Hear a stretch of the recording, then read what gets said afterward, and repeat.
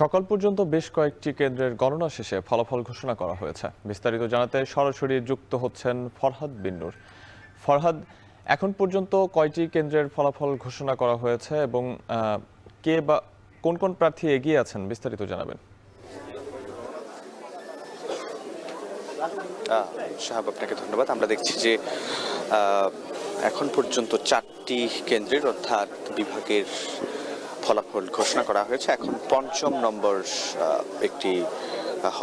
একটি কেন্দ্রের ভোট এই মুহূর্তে গণনা চলতেছে। তবে আপনি যেটি জিজ্ঞেস করেছিলেন যে এখন পর্যন্ত এগিয়ে কারা রয়েছে, আমি যদি বলি এগিয়ে আমরা দেখেছি যে 3টিতে ছাত্র শিবিরের সমর্থিত প্যানেলের যিনি ভিপি প্রার্থী রিয়াজুল ইসলাম তিনি এগিয়ে রয়েছেন, আর একটিতে ছাত্র দলের সমর্থিত যিনি ভিপি প্রার্থী রয়েছেন একেএম রাকিব তিনি এগিয়ে রয়েছেন।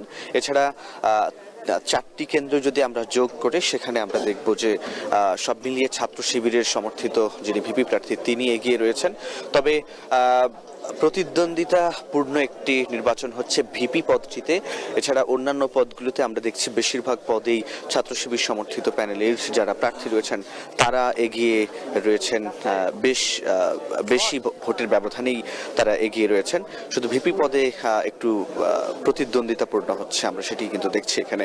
আরেকটি বিষয় একটু বলে রাখতে চাই যে আমরা গতকাল যখন দেখেছি যে ভোট গ্রহণ সকাল 9টা থেকে বিকেল 3:30 পর্যন্ত হয়েছে, এরপর কিন্তু আমরা দেখেছি সব কেন্দ্রের ব্যালট বাক্স যখন এই নিয়ন্ত্রণ কক্ষে নিয়ে আসা হয়, নিয়ন্ত্রণ কক্ষে নিয়ে আসার পর আমরা দেখেছি গণনা যখন শুরু হয়, একটি কেন্দ্রের গণনা শুরু হয়েছিল, শুরুর পরই তারা সেটি স্থগিত করে।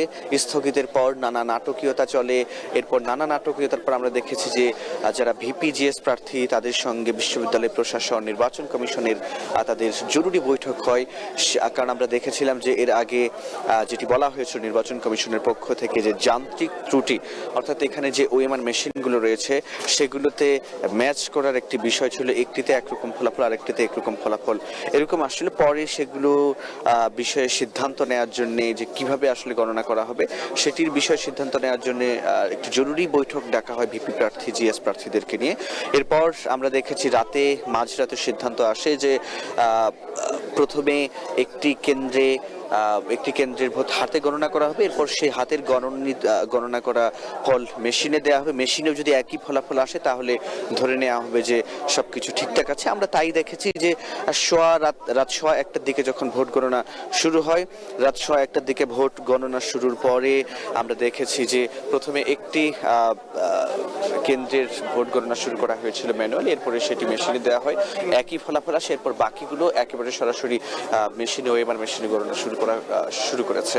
এখন পঞ্চম নম্বর একটি কেন্দ্রের ভোট গণনার কাজ চলছে। আমরা আবারও আপনার সঙ্গে নিশ্চয়ই যুক্ত হয়ে জানাবো যে বাকি কেন্দ্রগুলোতে কারা এগিয়ে রয়েছে, কারা পিছিয়ে রয়েছে, কার কি অবস্থান। সাহাব, যশোর নির্বাচনের বিস্তারিত জানাতে আমাদের সঙ্গে যুক্ত ছিলেন ফরহাদ বিন নূর।